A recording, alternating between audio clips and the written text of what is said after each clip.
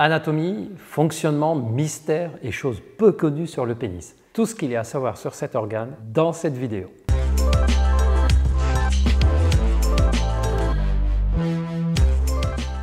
Je suis le docteur Gilbert Boujaudet, médecin et directeur scientifique de la clinique digitale Charles.co. Je vous souhaite la bienvenue sur notre chaîne YouTube où vous trouverez des réponses aux questions de santé masculine de manière générale. Pour ne rien rater de ces informations, n'oubliez pas de vous abonner et d'activer la cloche de notification. Nous sommes aussi sur Instagram @charles.co où nous publions quotidiennement des informations sur la santé masculine. Rejoignez-nous, vous ne serez pas déçus.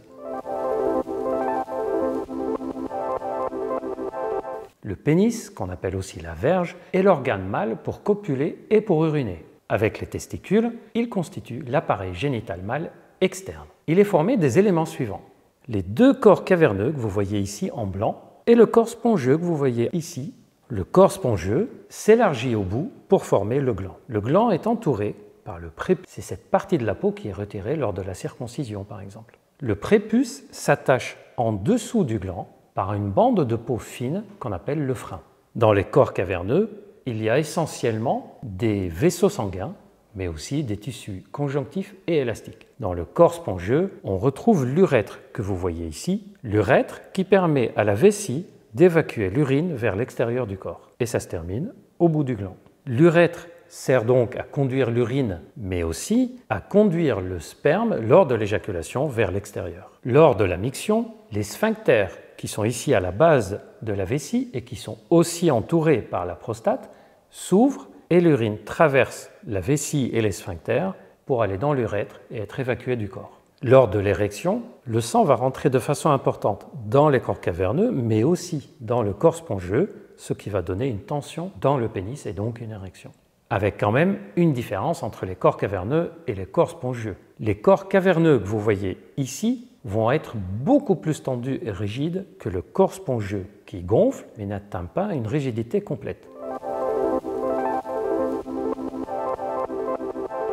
Si vous voulez apprendre des choses sur le pénis, des choses que peu de gens connaissent dans leur totalité, voici pour vous une liste de faits concernant le pénis, des plus intéressants et des plus étranges.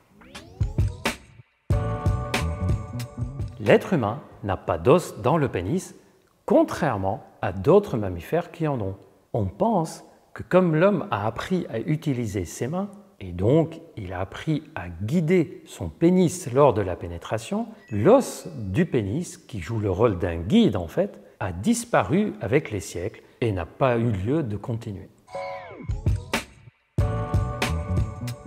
Même si le pénis ne contient pas d'os, les fractures du pénis existent. En effet, quand un pénis est en érection rigide, il garde un certain degré de souplesse. Mais la rigidité fait de sorte que si un mouvement brutal et fort s'exerce sur le pénis, la paroi qui contient le sang peut se déchirer. On entend même parfois comme un craquement avec une douleur importante, comme dans les fractures, d'où le nom de fracture de pénis.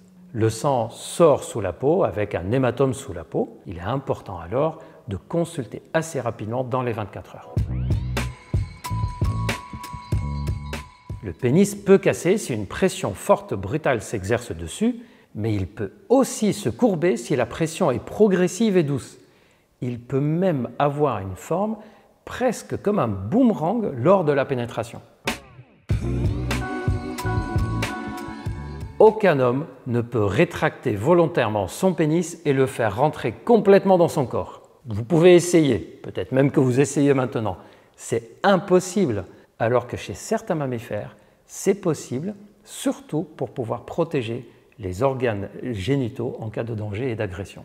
En revanche, en cas de danger ou d'état de stress important ou de peur, le pénis et les testicules chez l'homme se rétractent un peu, comme pour aller se réfugier dans le corps, mais sans jamais rentrer totalement. Aucun pénis ne ressemble exactement à un autre pénis. Il y a autant de pénis que d'êtres masculins sur Terre. D'ailleurs, si vous voulez connaître les formes du pénis et leurs variétés, vous pouvez regarder la vidéo que je vous ai déjà faite spécialement sur ce sujet. Pour se mettre en érection, l'afflux de sang doit être multiplié par 2 ou par 3 pour provoquer l'érection. C'est pour ça que lorsque nos artères s'abîment ou s'affaiblissent, il y a un risque de troubles érectiles par manque de remplissage sanguin. En érection rigide, le pénis peut supporter un poids allant de 1,5 à 1 kg. En érection, le gland joue le rôle d'amortisseur et de facilitateur. Imaginez qu'il n'y avait pas le gland ici. Cela veut dire que les corps caverneux en blanc se termineront directement et arriveront directement au bout du pénis, avec en érection une rigidité forte, puisque comme je vous ai dit, c'est eux qui se remplissent de sang de façon rigide et pas le gland. Et donc, s'il n'y avait pas le gland, la pénétration sera désagréable pour là où le partenaire, au niveau de l'orifice et même à l'intérieur. Le gland joue donc un rôle essentiel dans le confort de la pénétration. Et c'est parfaitement logique donc qu'il ne soit pas pleinement rigide en érection. Le gland et le pénis sont pleins de récepteurs de volupté, ce qui en fait des zones érogènes qui participent au plaisir sexuel. Un pénis se met en érection 4 à 6 fois chaque nuit.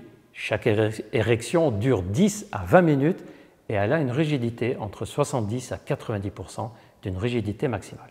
Mais la majorité de ces érections ne sont pas ressenties par l'homme parce qu'elles surviennent durant la phase de sommeil paradoxal durant lequel on n'est pas en éveil.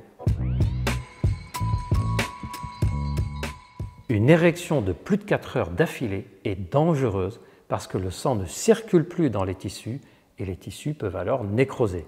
Une érection de plus de 4 heures d'affilée est une urgence. Il faut consulter rapidement. Le pénis n'est quasiment jamais droit et il y a toujours un certain degré de courbure lié à l'asymétrie des deux corps caverneux. C'est comme l'asymétrie qu'on peut toutes et tous avoir au niveau des yeux, des narines, des mains, des oreilles. Ce n'est que quand cette courbure est tellement forte, rendant la pénétration impossible, qu'il faut la considérer comme problématique. La longueur au repos est entre 7 et 11 cm et la circonférence au repos est entre 8 et 9 cm. En érection, la longueur est aux alentours de 13 à 14,5 cm en moyenne et la circonférence 9 à 11 cm en moyenne. Il n'y a aucune corrélation prouvée entre la taille et la forme d'une zone du corps et celle du pénis. En regardant les doigts, les pouces, les tibias, les oreilles, le nez ou toute autre zone du corps, on ne peut pas deviner la taille ni la forme du pénis. Dans l'Antiquité, les petits pénis étaient considérés comme signe de noblesse d'âme et de grandeur d'homme, tandis que les grands pénis étaient signes de laideur et mauvaise âme. Et pour finir, un rappel plus qu'une info. Le pénis est un organe qui fonctionne mieux quand on est bien mentalement et physiquement. Moins on y pense, moins on y réfléchit, plus on a du plaisir sans se poser de questions.